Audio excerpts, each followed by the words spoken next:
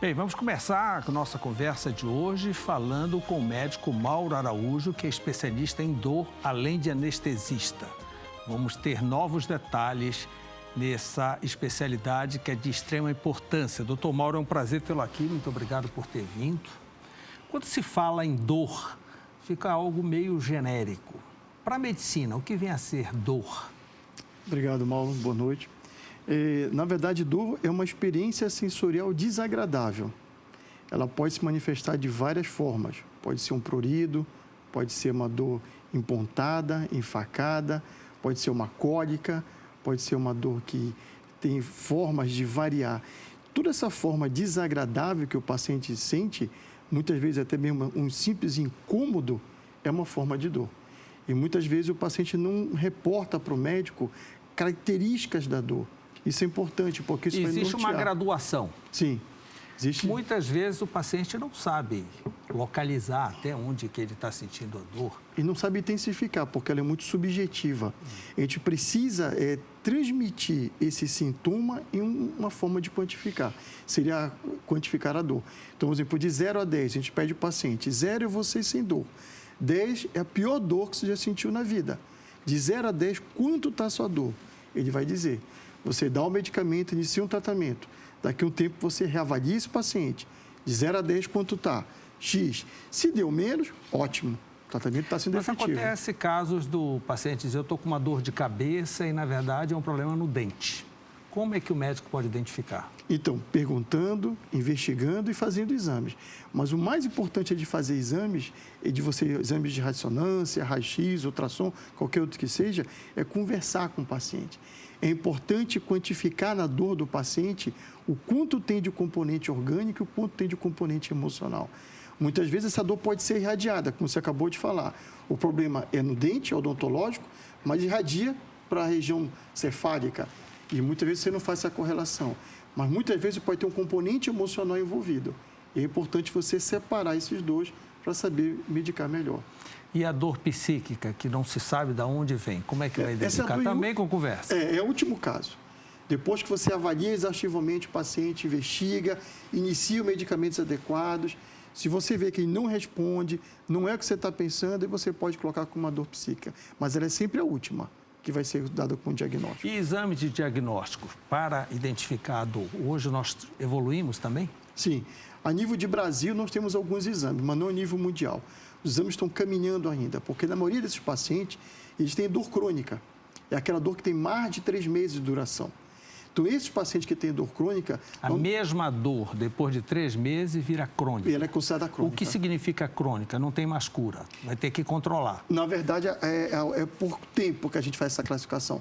Ela pode ser controlada. Entretanto, quanto mais tempo ela for diagnosticada, mais rápido iniciar o tratamento, melhor são o resultado.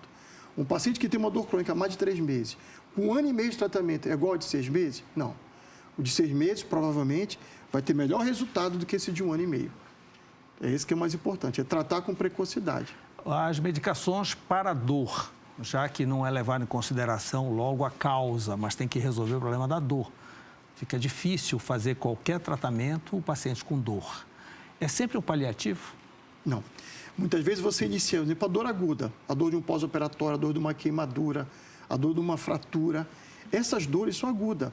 Você trata especificamente com medicamento específico de dor aguda. Os anti-inflamatórios, de um modo geral, os opioides, de um modo geral, respondem muito bem a esse tipo de dor. Já as dores crônicas, essas medicações já não respondem tão bem. E essas medicações, muitas vezes, você não pode usar a longo prazo. Você precisa de outras medicações que atuam dentro do nervo para modular esse tipo de dor. Aí nós já entramos nos anticonvulsivantes e nos antidepressivos. Esses, sim, são específicos para a dor crônica. Esses vão tratar. A especialidade da dor é algo recente, né? Sim. Que se separou das demais especialidades. Na verdade, não chega a ser uma especialidade. Na AMB, que é a Associação Médica Brasileira, a gente faz ela como área de atuação. Ela não é considerada como uma especialidade. Então, área de atuação, qualquer médico pode tirar esse título, desde que faça uma carga horária X e faça uma prova depois na Associação Médica Brasileira.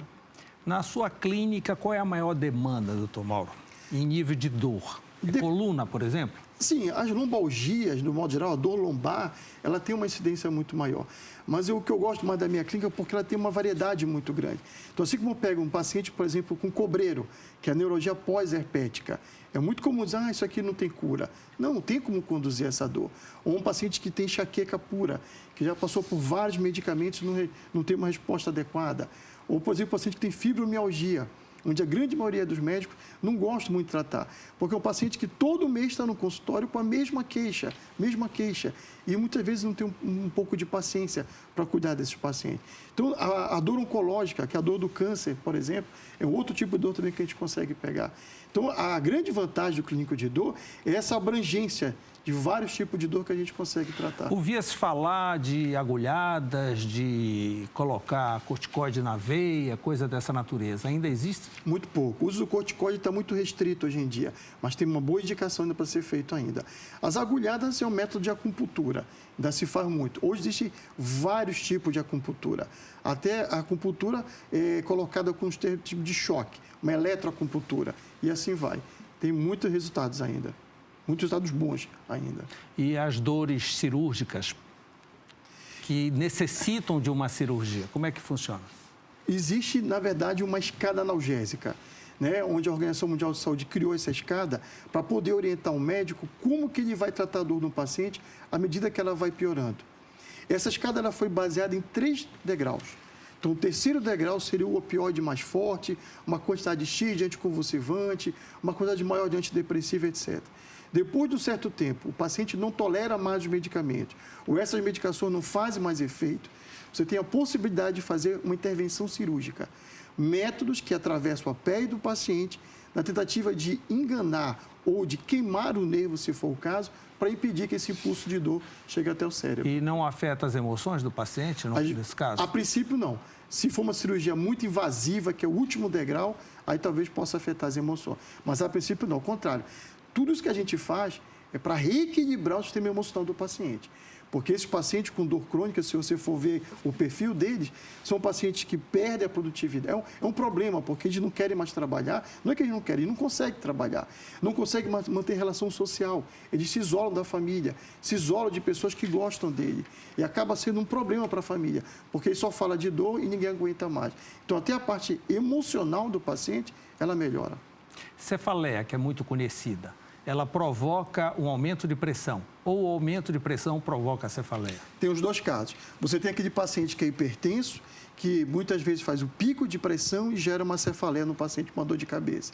Mas você tem também o paciente que tem enxaqueca pura, aquela cefaleia repetida, crônica, semanalmente. Que já é crônica. Que estressa o paciente, cansa ele e que gera aumento da pressão.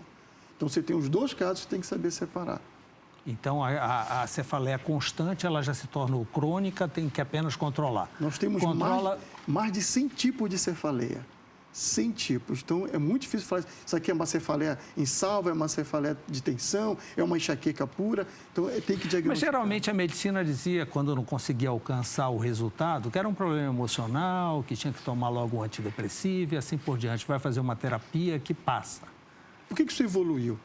Porque o mesmo caminho que passa o impulso da dor é o mesmo caminho que passa as emoções, é o mesmo nervo. Então, se você tem, por exemplo, uma pessoa de bem com a vida, feliz, que não tem problema, etc. e tal, é muito difícil o impulso da dor passar. Vou explicar assim mais ou menos a grosso modo. Mas aquela pessoa que tem tendência à depressão, que é cheia de problemas, que o filho é alcoólatra, que está desempregado, que tem processos sociais, etc. e tal, só impulsos negativos. Cadê as emoções boas? Não tem. Então, nesse aí, o pulso da dor toma conta do nervo. Então, por isso que existe essa individualidade. Por que a neuropatia diabética, que é uma doença que causa dor, a mesma em pacientes diferentes, um tem mais dor do que o outro? É porque um está de bem com a vida e o outro não. Ele é depressivo, ele é triste, é melancólico, ele tem fenômeno de catastrofização. Ele atrai uma dor maior. Atrai a dor maior. A alimentação, que efeito tem? Então, eu não sigo muito essa linha, mas tem quem siga, dizer que alimentos de cor geram analgesia e outros pioram da dor. Eu não tenho esse tipo de conduta, mas existe uma linha de tratamento para esse tipo de paciente. Eu vou te ser sincero, Mauro, tudo que na dor crônica falar que é bom e não prejudica o paciente, eu concordo. Sim. Se disser, por exemplo, existe aqui uma, não sei se eu posso falar isso, mas existe um produto fabricado por um grupo de pessoas aqui em Belém, em que o paciente toma umas pílulas que são vendidas, eu não sei muito bem o que era essa composição. E eu tive um paciente que tomava metadona, que é um tipo de opioide, de 12 em 12 horas, opioide forte. E ele passou a tomar essa medicação, que era produzida por esse grupo aqui de Belém. Ele deixou de tomar uma dose da metadona. E ficou com a metadona de manhã e essa pílula à noite. E depois ele me falou, disse, você pode me dar umas pílulas dessas? E eu mandei para um laboratório de uma faculdade conhecida aqui em Belém e pedi para a pessoa me fazer análise daqui, sem relato, não queria papel, não queria nada. Quando ela foi me relatar, aquilo só tinha trigo e açúcar. Então era o placebo. O placebo. Então, o efeito placebo como analgésico, ele é muito importante nesses pacientes. Está aí a prova. Então, eu tirei isso do paciente? Não. A fé dele era tão grande naquele comprimido que substituiu um comprimido de opioide. Deve ter vários exemplos também de espiritualidade acentuada e que resolve o problema da dor. Muito. A gente vê as culturas por aí. Esses indianos, por exemplo, que colocam ganchos nas costas e vivem pendurados, ou ficam em cima de pedras quentes e passam direto, sem gritar dor, sem nada, de uma forma lenta. Isso é cultural. Quer dizer, isso também interfere no impulso da dor. Então tem um fator cultural na dor? Muito. O fator ambiental também tem na dor. Se eu estou num ambiente de pessoas que são pessimistas, pessoas que são negativas, pessoas que só reclamam, quando eu tenho uma dor, essa dor pode ser ampliada. Então, ou seja, é um fator sociocultural e orgânico. É muito interessante. É muito interessante porque você tem que... Como também o contrário pode acontecer. Eu estou com uma dor, estou num ambiente agradável, interessante, e isso pode, pelo menos, esquecer. Em que momentos você tem isso? Naqueles pacientes que têm dor crônica e vão no consultório, doutor, quando for semana que vem, eu vou viajar. Então, ele já sabe que vão viajar, pode diminuir a medicação. Porque está longe dos problemas, está longe das complicações do dia a dia. E eles passam bem. É psicossomático. É mais somático do que psíquico. Porque psíquico parece ser uma coisa de doença. Mas não, é mais emocional. É emoção mesmo. Então, quando você tem uma emoção boa que brota, uma emoção feliz, preenche o nervo. Pronto, o impulso da dor é bloqueado. Tudo porque libera substâncias dentro da medula que impede que esse impulso elétrico chegue até o cérebro. Agora, a dor de um acidente, doutor, que chega a um limite tal que a pessoa desmaia.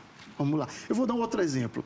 Eu estou, um casal está no carro, na estrada, dirigindo, os filhos estão atrás. Sofre um acidente, esse carro capota várias vezes, o vidro quebra, etc. O carro para de cabeça para baixo. O marido sai do carro, tira a esposa e tira os filhos do acidente, o carro explode. E quando ele vê, ele fez tudo isso sem uma perna. Em nenhum momento ele gritou, ele berrou, pediu ajuda talvez, mas não chorou. Ele fez tudo isso. E daqui a pouco, quando ele começa a ver que a situação está controlada, que a esposa está viva, que os filhos estão vivos, ele vê a dor começa a aparecer. É quando a famosa frase do caboclo, quando o corpo esfriar, a dor vai aparecer. O que é isso? Naquele momento de tensão, foi tantas substâncias jogadas de noradrenalina, serotonina, que preencheram a medula e não deixou nenhum impulso elétrico chegar até o córtex cerebral, até o cérebro. Tudo foi bloqueado. Nós temos essa capacidade intrínseca de bloquear. Uns desenvolvem mais, outros desenvolvem menos. O pós, o trauma, né? Aí que é o problema. Se você não trabalhar, se você não conduzir essa dor imediata do paciente, essa dor pode ficar na memória dele. E mesmo cicatrizada essa perna que ele amputou, a dor pode perdurar. Isso nós chamamos de memória da dor. Então, esse impulso foi capaz de perpetuar a dor, mesmo com a perna cicatrizada. Eu vou dar um exemplo disso. O paciente que amputa a perna, por diabetes, por isquemia, por qualquer outro tipo de traumatismo, ele amputa a perna. Daqui a algumas semanas, ele diz para o médico, onde está doendo? Na perna. Que perna? Essa que foi amputada. Eu sinto que a minha perna dói. Ele chama isso de dor fantasma. No caso cirúrgico, pode ter algum tipo de antecipação, algum cuidado anterior para evitar pós-cirúrgico dolorido? Muito. Uma regra básica que nós temos na anestesia, que a gente tenta passar isso muito para os cirurgiões. Não deixe o paciente entrar numa cirurgia com dor. Quanto maior a dor que o paciente entra numa cirurgia, maior é a chance de desenvolver dor crônica no pós-operatório. Então, se eu puder controlar a dor do paciente antes de uma cirurgia, os resultados são melhores. Isso é notório principalmente na ortopedia, porque esses pacientes precisam de fisioterapia de reabilitação. Se ele entrou sem andar, ele quer voltar a andar. Se ele entrou sem mexer o braço, ele quer voltar a mexer o braço. Então, a fisioterapia ela precisa o quê? Restabelecer. Mas, para ela poder restabelecer, ele tem que estar sem a dor. E nós precisamos, não adianta fazer uma boa cirurgia sem infecção, com placas importadas, parafuso importado, se ele está com a dor. Se a dor não for controlada, ela pode perdurar. Doutor Mauro, em nível de Belém, nós temos equipamentos suficientes para medir, por exemplo, a intensidade da dor, para identificar onde ela está acontecendo? Equipamento, nós só temos um em Belém chamado eletrotermofotometria. É como se fosse fazer uma foto do corpo inteiro do paciente. Um scanner. Um scanner, e ele vai dizer aonde aquela dor está localizada. Qual é a vantagem? Vou dizer uma das vantagens mais práticas. Eu faço o scanner de você hoje para uma dor no ombro que você tem. Eu entro com o medicamento analgésico, faço a foto e te mostro. Daqui a 2, 3 semanas você volta no consultório, eu faço a foto e mostro que aquela área avermelhada que estaria a dor, ela está menor. Então, isso é uma forma do paciente ver que a dor dele está diminuindo organicamente. Isso influencia, porque na ressonância, no ultrassom, na qualquer outro exame, vai estar tudo normal. Então, é uma forma do paciente ver que a dor dele está no exame, porque muitas vezes a maioria dos exames estão normais. Doutor Mauro Araújo, muito obrigado por essa consulta pública. Viu como a coisa corre rápido? Porque é assunto que se estuda, né? Que gosta e assim por diante. Muito obrigado. Tomara que a gente tenha contribuído com algumas pessoas que mantêm dor crônica ainda. E procurar ajuda ainda, tempo hábil, isso que é importante. Não deixar evoluir. E é saber que tem uma nova especialidade, uma nova conduta, um novo tratamento que possa resolver o problema da dor. E depois se resolve o resto. Dar qualidade de vida para o paciente, que isso que é o mais importante também. Muito obrigado pela entrevista. Obrigado a você, Mauro. Logo depois do intervalo, o zootecnista Guilherme Minci estará aqui conosco. Eu volto já.